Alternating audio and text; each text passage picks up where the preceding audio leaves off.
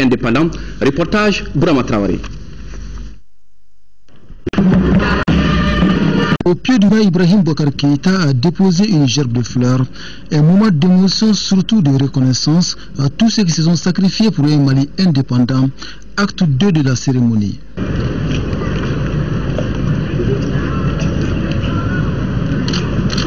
Oui.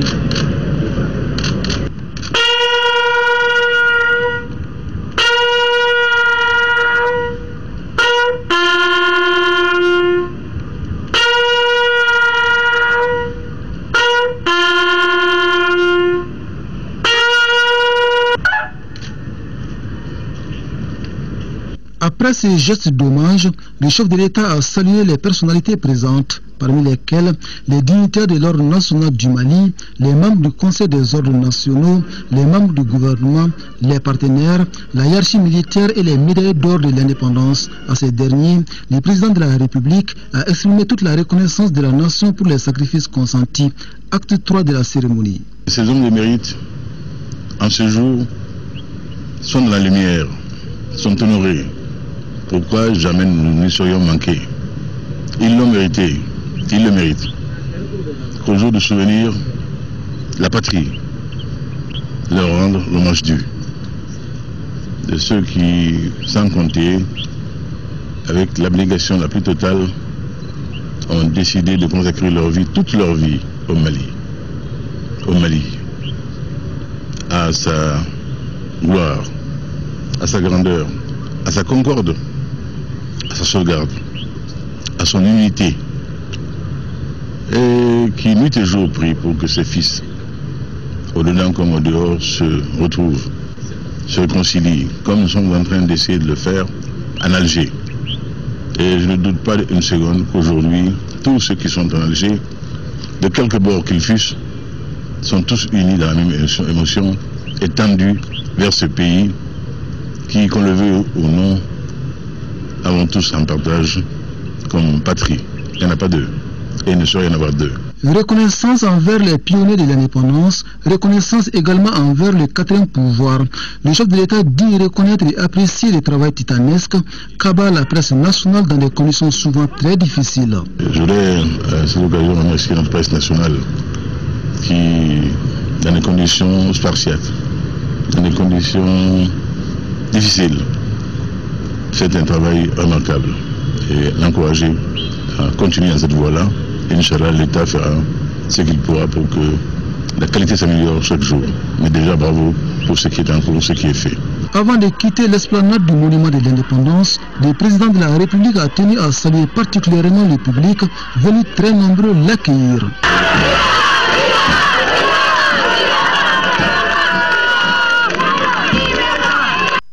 La sobriété dans la grandeur, voilà le sens que l'on peut donner à la cérémonie de prise d'armes organisée à Kati dans le cadre de la célébration du 54e anniversaire de l'indépendance de notre pays. En plus du défilé militaire, le chef suprême des armées a remis des clés de 27 véhicules à l'armée malienne pour un montant de près de 680 millions de francs CFA. Ces véhicules ont été donc acquis grâce à la contribution des populations pendant les opérations de reconquête du Nord. C'est ce que nous dit Mohamed Diarra.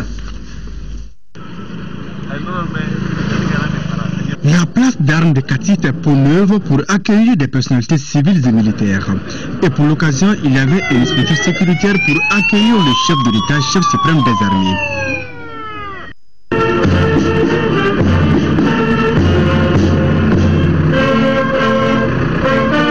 Le président de la République salue le drapeau et emprunte le véhicule léger de commandement pour la revue des troupes.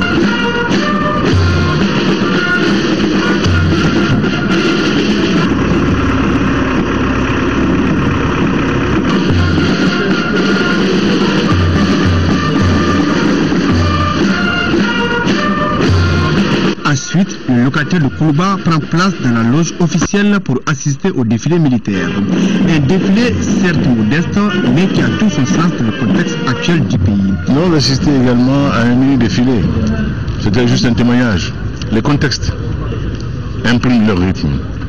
Celui que nous vivons aujourd'hui a imprimé le rythme d'aujourd'hui. Et c'était juste un témoignage très symbolique que l'État malien est debout. Et debout consciente des enjeux et que l'armée nationale malienne également reste fidèle à ce que le général Abdoulaye Soumaré a voulu qu'elle fût. Et cet hommage-là, nous le devions aujourd'hui aux forces armées maliennes et nous l'avons fait de bien bonne grâce. Nous allons faire tout pour que la citoyenneté soit revigorée, que le patriotisme soit de nouveau ambiant, tel qu'il était en 1960 et avant. Et c'est cela qui a fait le Mali dans sa très grande dignité dans les années 60. Ce climat, cette ambiance doit revenir. Le Mali aujourd'hui est en situation de recréer une telle ambiance. Nous avons mis au niveau de la jeunesse tous nos espoirs. Nous la voulons désormais dédiée à cette tâche de reconstruction nationale, de reconstruction citoyenne. Il le faut. Mais j'ajouterais de reconstruction patriotique et d'amour ardent de la patrie. Face aux menaces actuelles, le concept de défense nationale n'est plus uniquement du ressort des forces armées. Il requiert aussi l'adhésion et l'implication des populations civiles. La preuve, les populations maliennes ont répondu favorablement à l'appel du président de la République par intérim, le professeur Dioncounda Traoré, en venant en aide aux forces armées pendant les opérations de reconquête des régions du Nord. Plus de 3 milliards de francs CFA sont tombés dans la besace des femmes. Des fonds qui ont servi à l'achat des véhicules pour l'armée, dont le président de la République a remis les clés en marge du défilé. La défense nationale concerne éminemment l'économie. C'est là que l'on dit que la défense nationale est globale et multiforme. La partie militaire n'est que la partie visible de l'iceberg. Tout le reste de la nation est imprégné d'impératifs de défense nationale. Et que l'ensemble national malien ait compris la nécessité aujourd'hui d'aider par un apport financier à l'appel du président Dioncounda Traoré est une chose qui nous a réjoui le cœur et qui montre que dans ce pays, la fibre patriotique est encore très vibrante, que la flamme de la patrie malienne est plus brillante que jamais et elle brûlera toujours éternellement dans nos cœurs. Nous avons eu plaisir aujourd'hui à rendre au peuple compte de ce qui a été fait, d'une partie de son apport à l'effort de guerre, à l'effort de défense nationale surtout, de défense nationale. On n'est pas en guerre. Et nous avions déjà remis des clés à Sévaré, nous y trouvons.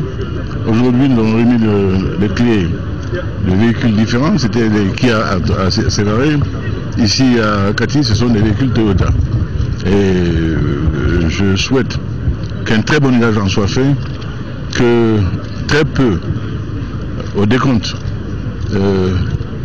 en soit absent et que notre armée nationale fasse en sorte que ce prix de défense serve les besoins pour lesquels les populations ont consenti le plus grand sacrifice. C'est donc dans la communion que civils et militaires célèbrent le 54e anniversaire de l'accession du Mali à la souveraineté nationale et internationale. Et tous souhaitent un Mali uni et réconcilié avec ses fils avant le prochain anniversaire. Je vous le disais tout à l'heure que la rédaction consacre plusieurs dossiers à cet anniversaire. Regardez dans le rétroviseur, c'est bien, puisque celui qui ne sait d'où il vient ne sait pas où il va. Mais ne vaut-il pas mieux de se projeter dans le futur? Les Maliens doivent se demander alors quel avenir pour notre pays. Les anniversaires du 22 septembre, ce seront dès lors d'être uniquement le temps des bilans pour devenir véritablement des moments d'interrogation objective sur nos questions existentielles. Mohamed Ould Mamouni, Lamine Tchekoura Koulibaly, et suivez ce dossier. Nous sommes en 1960. Le contexte est marqué par la décolonisation de l'Afrique. Entre le 1er janvier et le 31 décembre, 17 colonies situées au sud du Sahara accèdent à l'indépendance. Le débat sur le fédéralisme a donc foiré.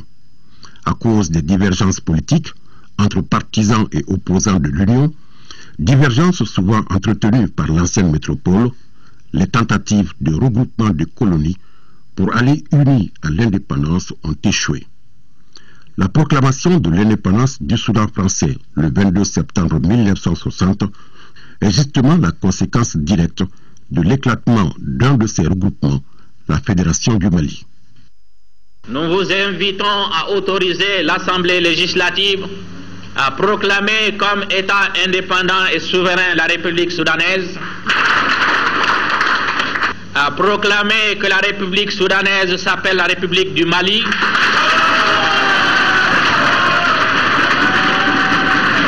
nous avons opté pour le 22 septembre 60, parrainé par la Tunisie et le Ceylan, l'ancien Sri Lanka, qui a parrainé le 27 septembre 1960. La nation malienne a été admise à l'ONU, 99e État des Nations Unies.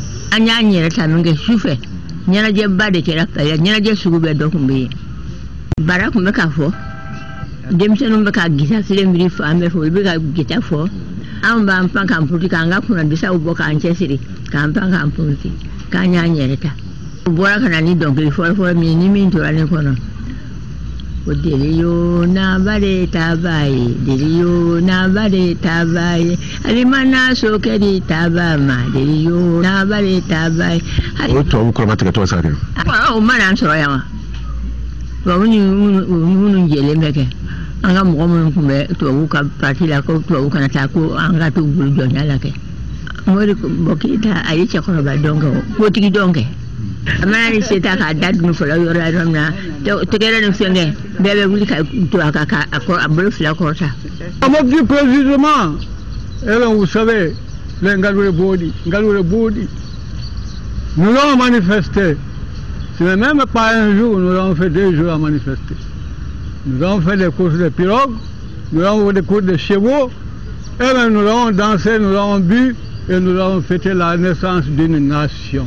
Alors, la nation malienne. Vous avez dansé quoi? Nous avons dansé, les Tengerere. On a dansé, les Bara. Et on a dansé, on est revenu dans nos coutumes ancestrales. Dans la défunte fédération du Mali, Modibo Keïta était le président du gouvernement, tandis que Léopold Sédar Senghor était le président de l'Assemblée fédérale. Son second était celui-là. Moi, j'étais le premier vice-président de Senghor. Le 22 septembre 1960, j'étais en mission en Union soviétique. Parce que la veille du 22 septembre, Modibo avait envoyé des missions un peu partout en Afrique pour aller leur expliquer les raisons de l'éclatement de la Fédération du Mali.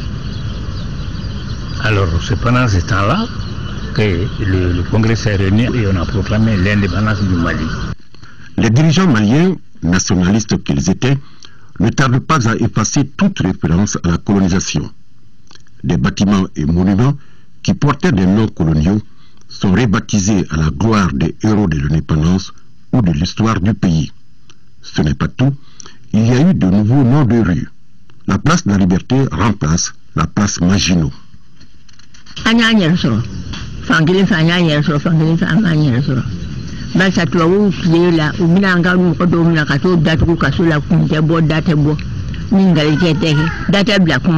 54 ans après l'indépendance du pays, quel constat faites-vous du parcours? Le pays avance, et même si ce n'est pas de façon linéaire. Au plan national, nous avons fait des réalisations, et au plan international, la voix du Mali a toujours porté, et cela dans plusieurs domaines.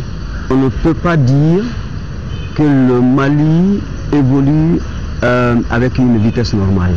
Il y a trop d'embuscades, il y a trop d'embûches, il y a trop d'entraves et les volontés ne sont pas à la taille du défi à relever. Donc, nous avons fait ce que nous avons pu faire.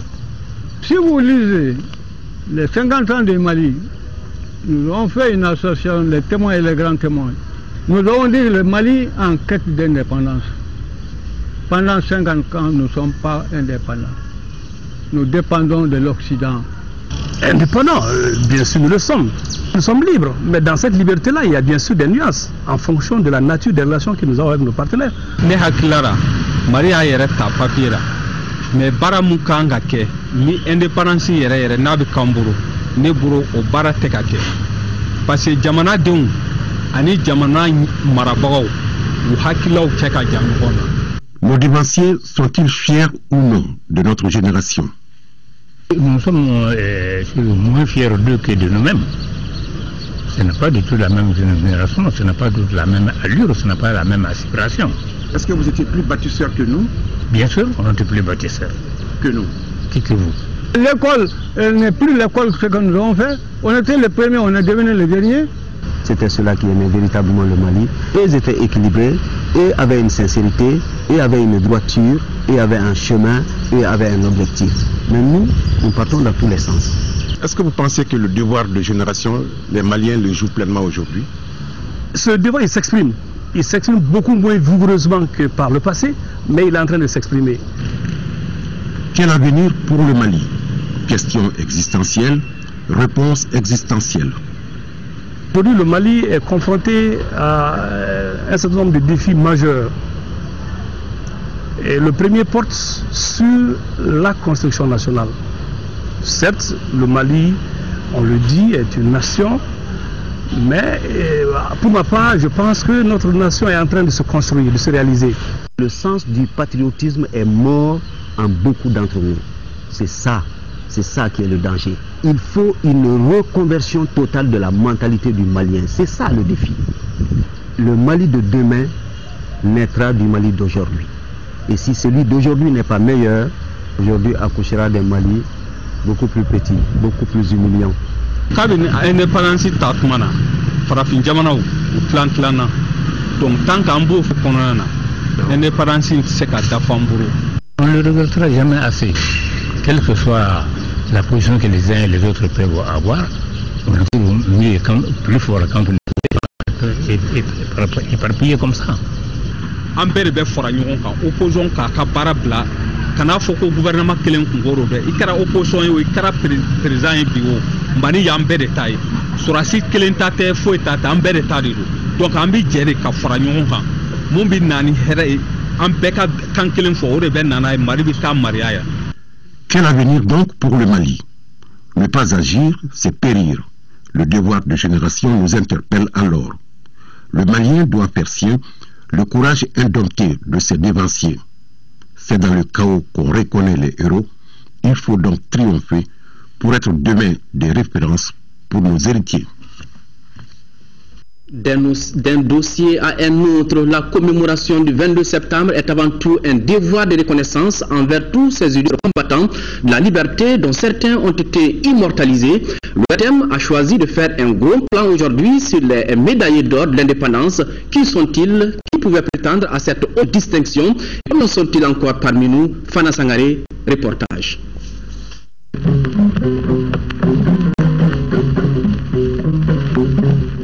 La médaille d'or de l'indépendance, on pourrait dire que c'est la première médaille qui a été destinée aux pionniers de l'indépendance. Ce qui est moins connu du grand public est que cette médaille pouvait également être décernée à des personnes qui se seraient allées d'une manière exceptionnelle dans l'œuvre de l'indépendance de notre État africain ou de l'Afrique en général. Autre témoignage éloquent du panafricanisme des premiers dirigeants du... Il faudrait que les Maliens sachent que la médaille d'or de l'indépendance a été octroyée par une circulaire la circulaire numéro 24 de 11 1966. La médaille de l'indépendance caractère une décoration et un ruban. La décoration se compose d'une étoile à 5 manches. Sur la face et au centre, on remarque le portrait de Mamadou Konaté.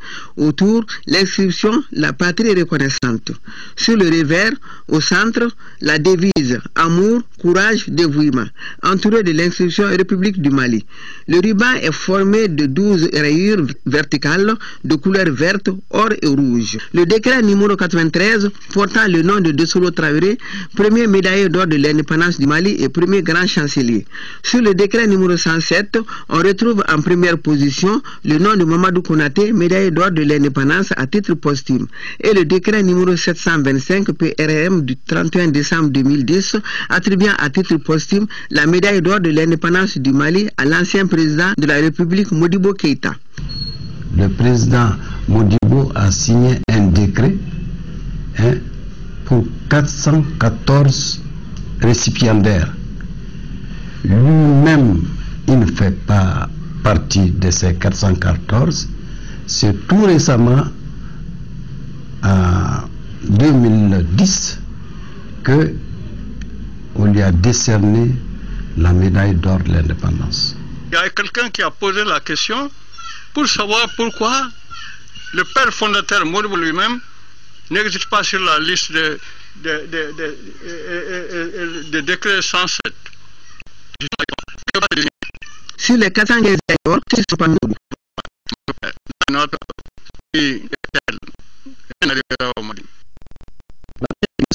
L'occupation coloniale dans leur Marangénan, Jean Diara, appelé les Ngolochi, était face à l'armée coloniale pour l'une des batailles les plus violentes. Le courage de ces guerriers marque encore la mémoire collective dans la contrée du Bendougou, d'où s'est signé Cheikh Oumar Sangaré et son équipe.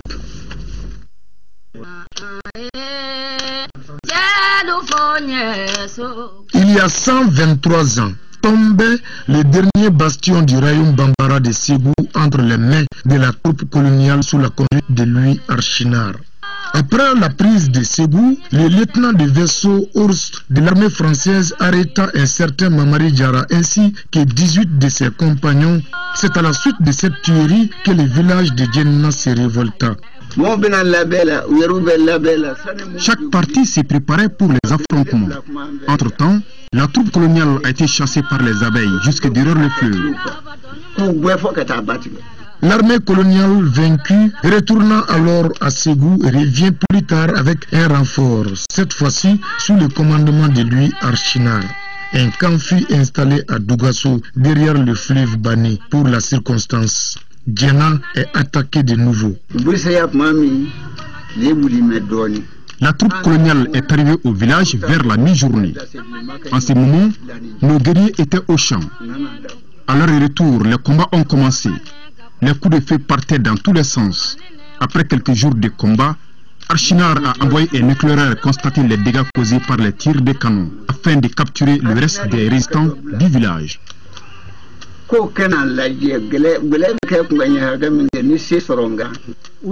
Les colonisateurs ont tiré un premier coup de canon sur le mur de protection du village qui a charcuté ce baobab. Durant toute la journée, le mur de protection a résisté aux multiples coups de canon avant d'être détruit.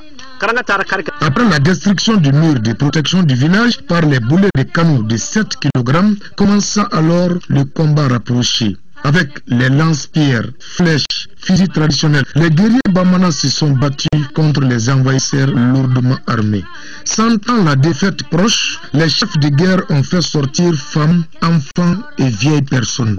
Le bilan est lourd. Plus de 1000 morts dans les rangs des défenseurs. Les 600 autres se sont donné la mort en se faisant exploser avec la poudrière en cet endroit précis. Ces guerriers avaient un seul slogan, plutôt la mort que la honte.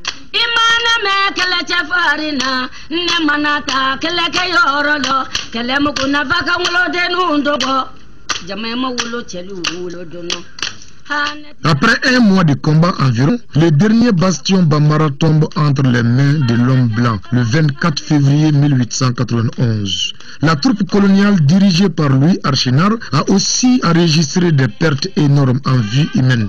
Certains documents parlent de plusieurs centaines de morts, parmi lesquels 4 reposent dans le village de Djenna. Il s'agit de Mangin, Club, Briqueto et Marchand. Plusieurs soldats de l'armée coloniale ont perdu la vie au cours des combats. Parmi eux, il y avait des blessés qui sont morts ailleurs. Il y reste 4 tombes visibles, des éléments du commandant Archinard. Il y a certainement d'autres dont on ignore l'emplacement. Cette bataille appartient au passé et les habitants de Djenna en sont conscients. Nous ne pouvons pas délaisser ces tombes pour des raisons historiques. Aujourd'hui, nos deux pays sont amis et les Français sont même là pour nous aider à sortir de la crise. Dans ces pays, nous devons tous œuvrer pour la paix. Une femme du nom de Senko Koulibaly s'est illustrée lors de cette guerre. En effet, elle chargeait le fusil pour son mari, même après qu'une balle ait coupé la tête de son enfant qu'elle portait sur son dos. Elle est représentée dans le village par ce monument qui traduit le courage et le patriotisme de la femme malienne. Nous avons construit ce monument pour rendre un hommage mérité à nos femmes qui se sont très bien battues lors des combats face à la pénétration coloniale. Tout le monde doit savoir le rôle qu'elles ont joué pendant ces moments d'histoire. Les reliques de la bataille de Djenna sont jalousement conservées par les villageois. Elles sont composées de quelques armes de guerre, du puits sacré qui a servi de fosse commune, du baobab charcuté par les premiers coups de canon, des tombes de quelques assaillants et le vestibule de la poudrière où reposent les 600 guerriers qui se sont donné la mort. Le village de Djenna, essentiellement habité par les Djara, produit le courage et la bravoure du Bamana d'antan. Devoir de mémoire. Toujours dans la mouvance de la fête, la France, à travers l'opération Barkhane, a décoré hier 11 soldats maliens pour avoir accompli des missions très difficiles. C'est ce que nous dit Tchemogo Sagara. Cette opération marque la volonté de la France à travers l'opération Barkhane de récompenser les mérites et accomplir un devoir de mémoire pour les événements passés. Ces 11 officiers de l'armée malienne reçoivent successivement une médaille en or, en argent et en bronze de la défense nationale de la République française. Depuis janvier 2013, ces soldats maliens aux côtés de leurs camarades français ont consenti d'énormes sacrifices. C'est la fête nationale de la paix et il est important qu'à cette occasion-là, on puisse honorer tous les morts, quel que soit leur pays d'appartenance, qui ont donné le plus bel exemple, tout ce qu'ils avaient pour participer à la paix dans le monde et dans nos pays respectifs. Les récipiendaires très émus saluent la collaboration avec l'opération Barkhane et la MINUSMA. Ils demeurent plus que jamais déterminés à accomplir leur mission de lutte contre le terrorisme. Maintenant, il appartient aussi aux forces armées maliennes de pouvoir concentrer un peu plus les forces sur cette partie, parce que c'est vrai qu'avec Barkhane, la couverture et la présence de Serval ne sera plus aussi comme avant. Donc il faudrait qu'à notre niveau également que nous fassions des réajustements. J'ai commandé le détachement malien et dans cette opération nous sommes tombés dans une embuscade. Donc nous avons réagi, nous avons détruit la menace et nous avons pu atteindre les objectifs qui étaient fixés dans le cadre de notre mission. Selon le chef d'état-major général des armées du Mali, cette cérémonie est une suite logique de la visite du président Ibrahim Boubacar Keïta à Toulon en France. Visite au cours de laquelle la France a rendu un hommage aux soldats africains qui ont participé à sa libération. Nous rendons hommage à ceux qui ont perdu la vie pour libérer, dans certains moments de notre histoire, nos patries communes. Le président de la République a l'habitude de le dire, il y a un pacte de sang qui lie la France au Mali par-delà la période coloniale. La quête qui a été entreprise, qui est aujourd'hui magnifiée par ces décorations, disons, à ces officiers, mais aussi qui s'adresse aux sous-officiers, aux militaires du rang qui ont combattu à vos côtés, est un hommage que nous apprécions sa juste valeur.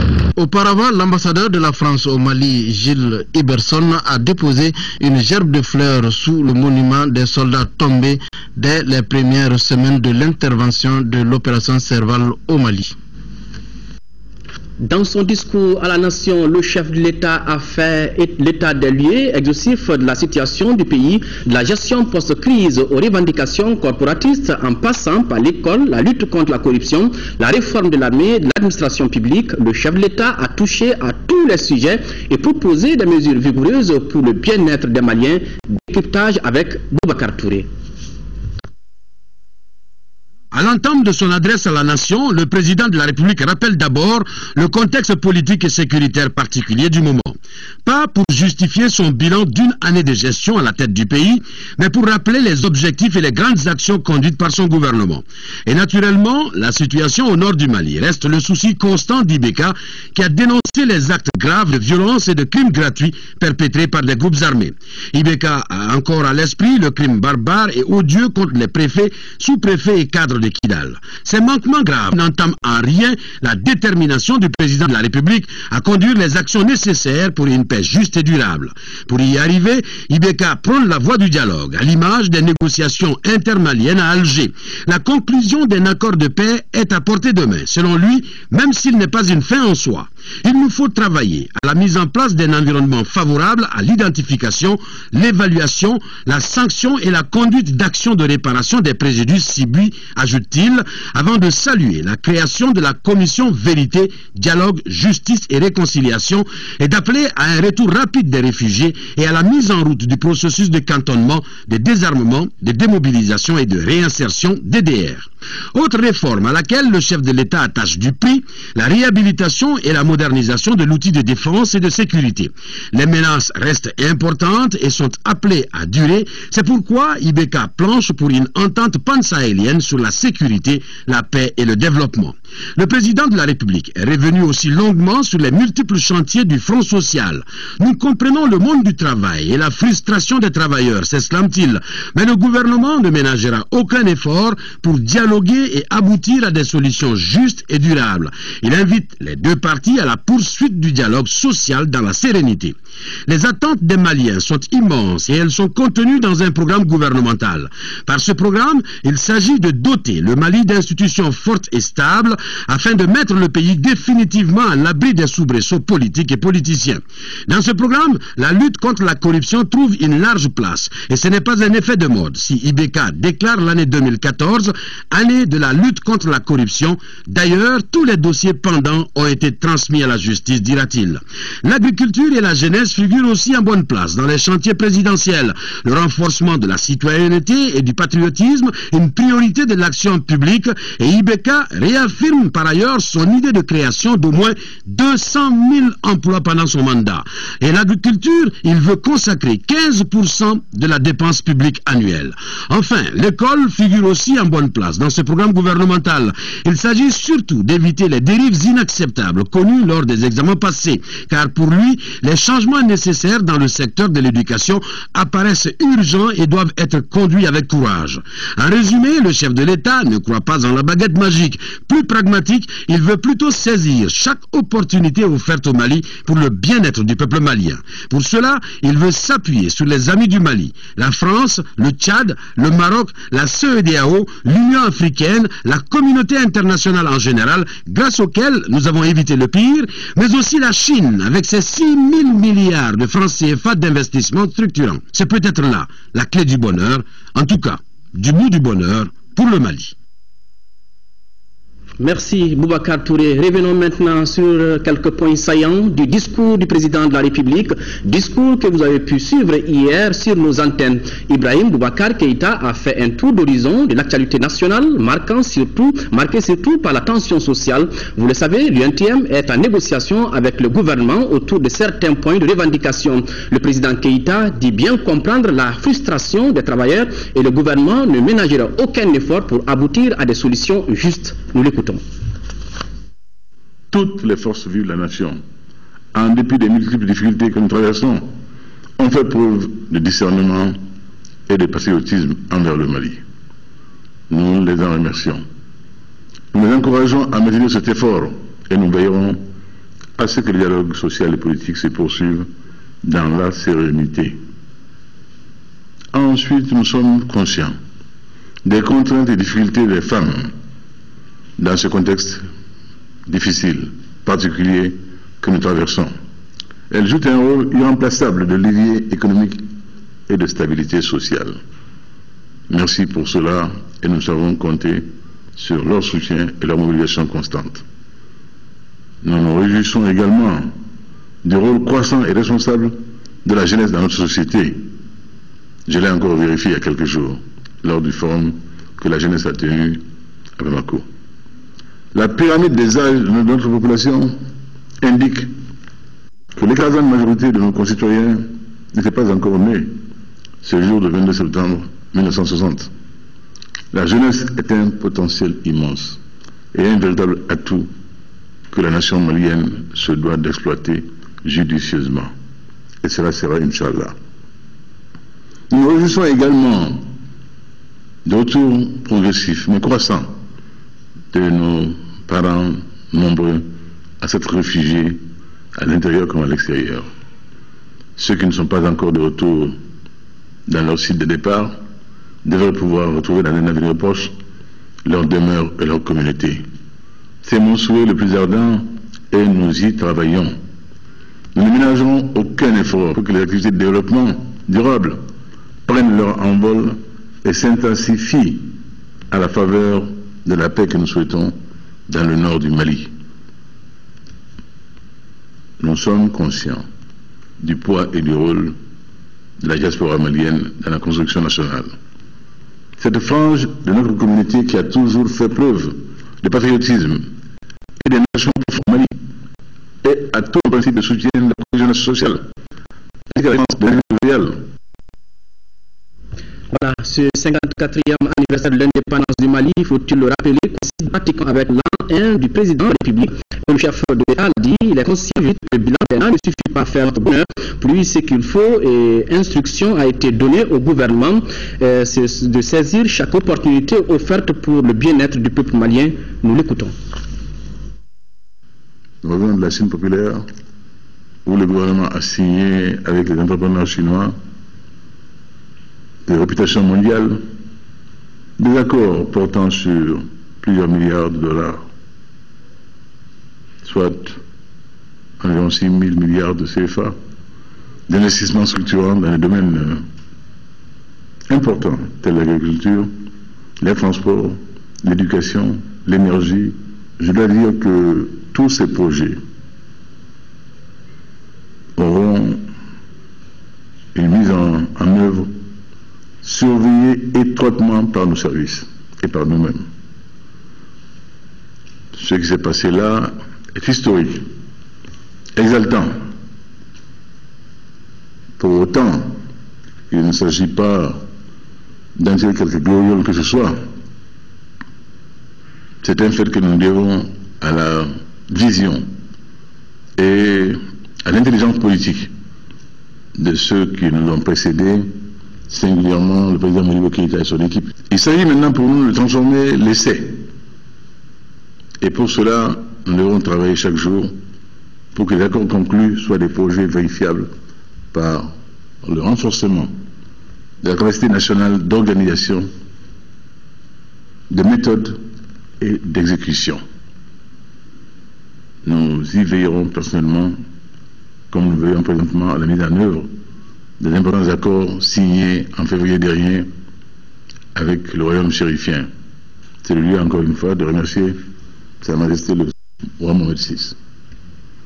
Mes chers compatriotes, hôtes et amis étrangers, je sais que vos attentes sont nombreuses. Votre impatience est légitime. Mais je demeure convaincu que malgré tout, votre préoccupation, notre préoccupation commune, c'est le Mali. Au plan international, je voudrais de nouveau saluer l'engagement des amis et partenaires du Mali. Ils sont restés à nos côtés, de l'éclatement de la crise à nos jours. Enfin, je voudrais solennellement, ici, saisir l'occasion de notre fête nationale pour réaffirmer avec force notre attachement aux valeurs démocratiques et républicaines et notre engagement à la réussite de l'intégration des peuples. Le Mali est et restera une terre d'accueil, une terre où tout Africain sera traité avec respect et dignité et sera chez lui.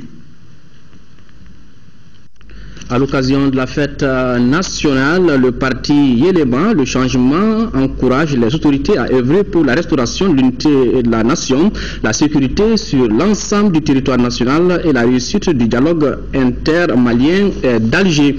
Et puis, les membres du bureau exécutif du mouvement de jeunes talents pour la prévoyance du centenaire des indépendances rendent un vibrant hommage au père des indépendances et appellent à l'union sacrée autour de ce qui nous unis en commun, donc c'est le Mali. Et puis une apparition donc à l'occasion de cette fête d'indépendance dans nos kiosques, le numéro spécial du journal L'Enquêteur Prestige News.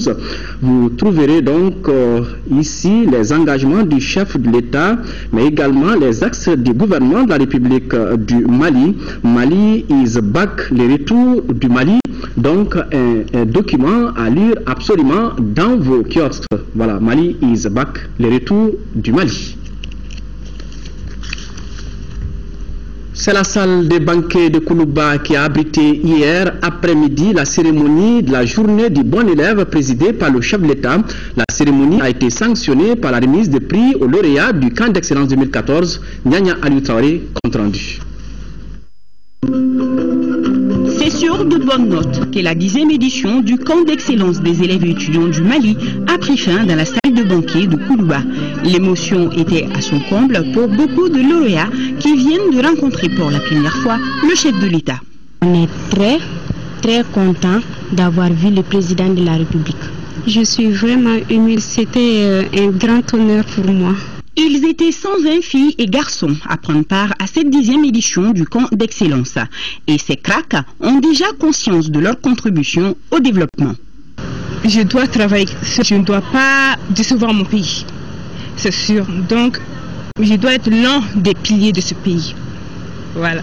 C'est en 2002 que la journée du bon élève a été instituée dans notre pays. Depuis ce jour, les autorités n'ont cessé d'encourager l'excellence. L'excellence, a-t-on coutume de dire, est un défi collectif et un combat de tous les jours. Dans la quête de cette excellence, comme l'a dit le poète Césaire, nous devons ensemble toujours faire un pas, un autre pas, encore un autre pas, et tenir gagner chaque pas. Et pour paraphraser l'auteur français Pierre Corneille, aux âmes bien nées, la valeur n'atteint point le nombre des années. Le président de la République invite la jeunesse malienne à plus d'efforts, de persévérance, bref, à plus de volonté pour l'intérêt national, nonobstant leur jeune âge. Sans l'effort persévérant, méthodique, organisé, rien de beau ni de grand ne peut se faire. Quand nous invitons nos enfants à étudier, à lire, à respecter l'enseignant, nous ne sommes pas ringards, nous sommes actuels. C'est une grande joie, un grand plaisir pour moi que de vous voir aussi déterminés. Mais mon plaisir et ma joie seront plus grands encore quand dans quelques années, je vous reverrai comme diplômé d'études supérieures dans toutes les disciplines dont le pays a besoin. Singulièrement les disciplines scientifiques.